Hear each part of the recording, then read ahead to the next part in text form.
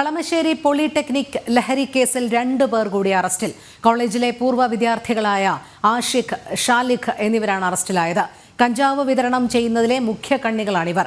വിദ്യാർത്ഥികളുടെ ആവശ്യപ്രകാരമാണ് ഇവർ കഞ്ചാവ് കൊണ്ടുവന്നതെന്ന് തൃക്കാക്കര ACP PV ബേബി പറഞ്ഞു. കളമശ്ശേരി പോളിടെക്നിക്കിലെ വിദ്യാർത്ഥികൾക്ക് കഞ്ചാവ് വിതരണം ചെയ്യുന്നതിൽ നേരിട്ട് ബന്ധമുള്ളവരാണ് പിടിയിലായ ആഷിഖും ഷാലിഖും.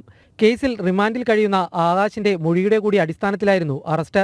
കോളേജിലെ പൂർവ്വ വിദ്യാർത്ഥികളായ ഇവർ മുൻപും കഞ്ചാവ് വിതരണം ചെയ്തിട്ടുണ്ടെന്ന് തൃക്കാക്കര ACP പറഞ്ഞു. കോളേജിൽ നിന്നുള്ള ഡിമാൻഡ് കാരണമാണ് കഞ്ചാവ് എത്തിച്ചതെന്നാണ് മൊഴി.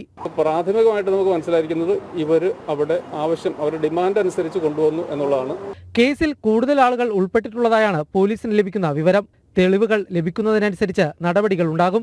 ആകാശിന്റെ മുറിയിലുണ്ടായിരുന്ന ആദിലിനും അനന്തുവിനും കേസിൽ പങ്കുണ്ടെന്നതിന് തെളിവില്ലെന്നും കൂടുതൽ വിവരങ്ങൾ അന്വേഷിച്ചു വരികയാണെന്നും ACP വ്യക്തമാക്കി. വിവരങ്ങൾ ഞങ്ങൾക്ക് കിട്ടിയിട്ടുണ്ട്. ആ വിവരങ്ങൾ പൂർണ്ണമായിട്ട് ഞങ്ങൾ വിശ്വസിക്കാവുന്നതല്ല. അതിനെക്കുറിച്ച് സപ്പോർട്ട് ചെയ്യുന്ന മറ്റ് തെളിവുകൾ കിട്ടിയാൽ മാത്രമേ അത് ഞങ്ങൾ പൂർണ്ണമായിട്ട് വിശ്വസിക്കാൻ കഴിയുള്ളൂ.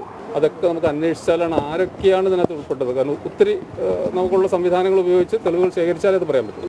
ജനം, കൊച്ചി.